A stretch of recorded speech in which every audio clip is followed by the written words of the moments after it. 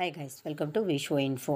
Pollachi style பருப்பாஞ்சோறு எப்படி செய்கிறதுன்னு பார்க்கலாங்க. வீடியோக்குள்ளே போகிறதுக்கு முன்னாடி நீங்கள் நம்ம சேனலை சப்ஸ்கிரைப் பண்ணுன்னா சப்ஸ்கிரைப் பண்ணுங்கள். அப்படியே பக்கத்தில் இருக்கிற பெல் ஐக்கானை கிளிக் பண்ணுங்கள்.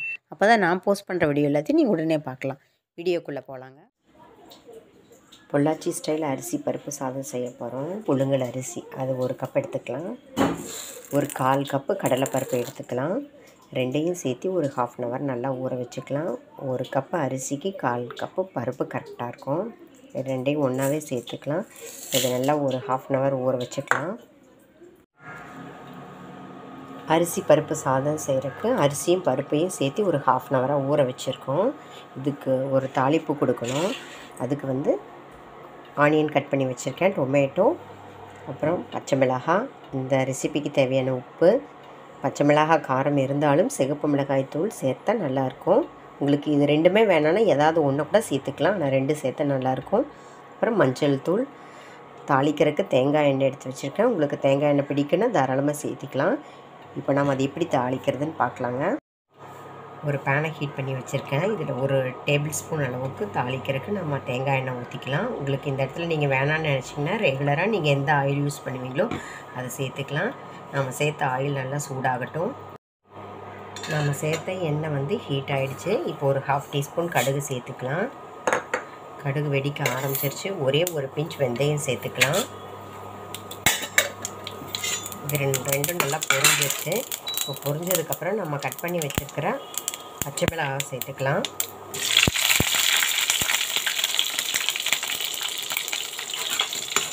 அடுத்ததாக நம்ம வெங்காயம் சேர்த்துக்கலாம். அடுத்து தக்காளி சேர்த்துக்கலாம். இப்போ வெங்காயம், தக்காளி, பச்சை மிளகாய் நல்லா வதங்கணும். இந்த ரெசிபிக்கு தேவையான உப்பை இப்போவே சேர்த்துக்கலாம். இதை நல்லா மிக்ஸ் பண்ணிக்கலாம். இது நல்லா 1 நிமிஷம் வதங்கட்டுங்க. வெங்காயம், தக்காளி இந்தளவுக்கு வதங்கின உடனே நம்ம எடுத்து வச்சுருக்கிற சிகப்பு மிளகாய் தூள், மஞ்சள் தூள் சேர்த்திக்கலாம். இதையும் சேர்த்து 1 செகண்ட் நல்லா வதக்கிக்கலாம். இது வதக்கினதுக்கப்புறம் நாம் அரிசியை அரிசி பருப்பு தண்ணியில் ஊற வச்சுருக்கோம். அந்த தண்ணியை நான் அந்த அரிசி பருப்புக்கு தேவையான அளவுக்கு தண்ணியில் தான் ஊற வச்சுருக்கேன். இப்போ அந்த தண்ணியை இப்போ இதில் ஊற்றிக்கலாம். தண்ணியை மட்டும் ஊற்றிக்கலாம். தண்ணி கொதிக்கும்போது இந்த அரிசியை சேர்த்து ஒரு கொதித்த உடனே இதை ஒரு பாத்திரத்துக்கு மாற்றிக்கலாங்க. தண்ணி கொதிக்கட்டும். இப்போ இது நல்லா மிக்ஸ் பண்ணி விட்டுக்கலாம். உப்பை செக் பண்ணிக்கலாங்க. உப்பு காரமெல்லாம் செக் பண்ணிக்கலாம். இப்போ இது நல்லா தண்ணி கொதிக்கட்டும். தண்ணி இப்போ நல்லா கொதிக்க ஆரம்பிச்சிருச்சு. இப்போ நான் அரிசி பருப்பு ஊற வச்சுருக்கேன்னா அதை அப்படியே சேர்த்துக்கிறேன். அளவான தண்ணி ஊற்றுனதுனால நான் இதை அப்படியே சேர்த்துக்கிறேங்க. இப்போ நான் சொன்ன ப்ராசஸ் அத்தனையும் நீங்கள் டேரெக்டாக குக்கரில் கூட செஞ்சுக்கலாம். நான் இப்போ இதில் ஒரே ஒரு கொதி வந்ததுக்கப்புறம் இதை ஒரு பாத்திரத்துக்கு மாற்றிட்டு அப்புறம் தான் குக்கரில் வேக வைப்பேன். நீங்கள் விருப்பப்பட்டால் டேரெக்டாக குக்கர்லேயே செஞ்சுக்கலாம். அவ்வளோதாங்க. இப்போ இது ஒரு பாத்திரத்துக்கு மாற்றிக்கலாம். பாருங்கள், இந்தளவுக்கு கொதிச்சா போதும். ஏன்னா நம்ம குக்கரில் வேக வைக்க போகிறோம். அதனால் இப்போ இது ஒரு பாத்திரத்துக்கு மாற்றிக்கலாங்க. பாருங்கள், பாத்திரத்துக்கு மாற்றியாச்சு. உப்பு காரமெல்லாம் செக் பண்ணிவிட்டு இப்போ இதை குக்கரில் வேக வச்சதுக்கப்புறம் காமிக்கிறேங்க. மல்லி இலை இருந்தால் சேர்த்துக்கலாம். ஒரு தடவை மிக்ஸ் பண்ணிவிட்டு வேக வச்சு எடுத்துக்கலாங்க. நல்லா கமகமான தேங்காய் எண்ணெய், மல்லி இலை வாசனையோடு சூப்பராக இருக்கும். வேக வச்சுக்கலாம். சூப்பராக நம்மளோட அரிசி பருப்பு சாதம் ரெடி ஆகிடுச்சு. இப்போ இதை மிக்ஸ் பண்ணிக்கலாங்க. சூடாக செம்மையாக இருக்குங்க. பார்த்திங்களா, அருமையாக வந்திருக்கு. இப்போ இதை ஒரு பிளேட்டுக்கு மாற்றிக்கலாங்க. அரிசி பருப்பு சாதம் சூப்பராக செம்மையாக வெந்திருக்கு. நல்லா உதிராக வந்திருக்கு. உங்களுக்கு இந்த மாதிரி பிடிக்காது, குறைவாக தான் பிடிக்கும் அப்படின்னா இன்னும் கொஞ்சம் நேரம் ஊற வச்சுக்கோங்க. 1க்கு நாம் 2.5 தண்ணி சொன்னோம். நீங்கள் இன்னும் ஜாஸ்தி வேணாலும் செஞ்சுக்கலாம், நம்ம டேஸ்ட்டுக்கு தகுந்த மாதிரி. அப்புறம் கொஞ்சம் நான் தண்ணியாக எடுத்திருக்கேன். உங்களுக்கு இன்னும் நல்லா இந்த தண்ணியே இல்லாமல் இருக்குன்னா அதுக்கு தகுந்த மாதிரி எடுத்துக்கோங்க. இதை ஒரு பிளேட்டுக்கு மாற்றிக்கலாம்.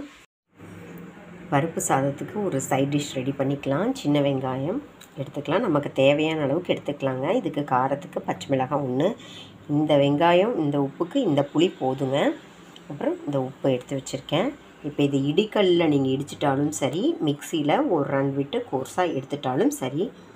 இப்போ நான் இடிக்கல்லில் தான் உங்களுக்கு இடித்து காமிக்க போகிறேன். பாருங்கள், இதை எடுத்துக்கலாம். இப்போ பச்சை மிளகாய், நாம் எடுத்து வச்சுருக்கிற புளி, அப்புறம் உப்பு. நான் கொஞ்சமான அளவாக செஞ்சு காமிக்கிறேன். உங்களுக்கு பிடிச்சிருந்தால் நீங்களும் செஞ்சு பாருங்கள். இதை நல்லா இடிச்சுக்கலாங்க. இந்த அளவுக்கு இடித்தாச்சு. இப்போ நம்ம எடுத்து வச்சுருக்கிற வெங்காயத்தையும் சேர்த்து நல்லா இடித்து எடுத்துக்கலாம்.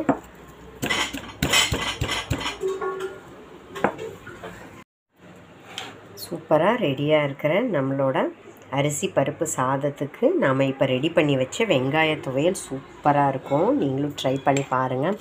கையில் இடித்து செஞ்சால் ஒரு டேஸ்ட்டுங்க, மிக்சியில் போட்டால் ஒரு டேஸ்ட்டு. நீங்கள் இந்த மாதிரி ட்ரை பண்ணி பார்த்துட்டு எப்படி இருக்குன்னு சொல்லுங்கள். இதை தொட்டு சாப்பிட்டா செம்மையாக இருக்குங்க. உங்களுக்கு இதுதான் தொட்டு சாப்பிட்ணுன்னு அவசியம் இல்லை. அப்பளம், வடாம் கூட, சிப்ஸு கூட வச்சு சாப்பிட்லாம். ரைத்தா தொட்டு சாப்பிட்லாம். வெறும் தயிர் கூட தொட்டு சாப்பிட்லாம். சூப்பராக இருக்குங்க. இந்த அளவுக்கு சாதம் உங்களுக்கு வேணாம், இன்னும் குறைவாக வேணால் தண்ணி ஜாஸ்தியாக வச்சுக்கோங்க. இன்னும் கொஞ்சம் நேரம் ஊற வச்சுக்கோங்க. பருப்பெல்லாம் பாருங்கள், இந்த மாதிரி இருந்தால் தான் நல்லாயிருக்கும். சாப்பிடும்போது நல்லா ஸ்மாஷ் ஆகிற மாதிரி இருக்கணும். ஸ்மாஷ் ஆகி இருக்கிறத சாப்பிட்றத விட இந்த மாதிரி ஓரளவுக்கு பக்குவமாக இருந்தால் தான் சாதமும் சரி பருப்பும் சரி நல்லாயிருக்கும். பாருங்கள், நல்லா தான் வெந்திருக்கு. ஆனால் முழிச்சிட்ருக்கிற மாதிரி தெரியும். நல்லா சாஃப்டாக தான் இருக்குது. நான் இப்போ மசிச்சு காட்டுறதுலேயே உங்களுக்கு நல்லா தெரியும்னு நினைக்கிறேன். இந்த ரெசிபி சூப்பராக இருக்குங்க. சிம்பிளாக நம்மளோட வீட்டில் தக்காளி, வெங்காயம் இருந்தால் மட்டும் ட்ரை பண்ணிக்கலாம். லஞ்ச் பாக்ஸுக்கு ரெடியாக இருக்கும். அதே டயத்தில் ட்ராவலுக்கு நல்ல ஆப்டான ரெசிபிங்க. செம காம்பினேஷன். ட்ரை பண்ணி பாருங்கள். பொள்ளாச்சி ஸ்டைல் பருப்பு சாதம், பருப்பான் சோறுன்னு சொல்கிறாங்க. ட்ரை பண்ணி பாருங்கள். என்னங்க இந்த ரெசிபி உங்களுக்கு பிடிச்சிருந்தால் லைக் பண்ணுங்கள், ஷேர் பண்ணுங்கள், கமெண்ட் பண்ணுங்கள். ஞாபகமாக சப்ஸ்கிரைப் பண்ணுங்கள். ஓகே, பாய்.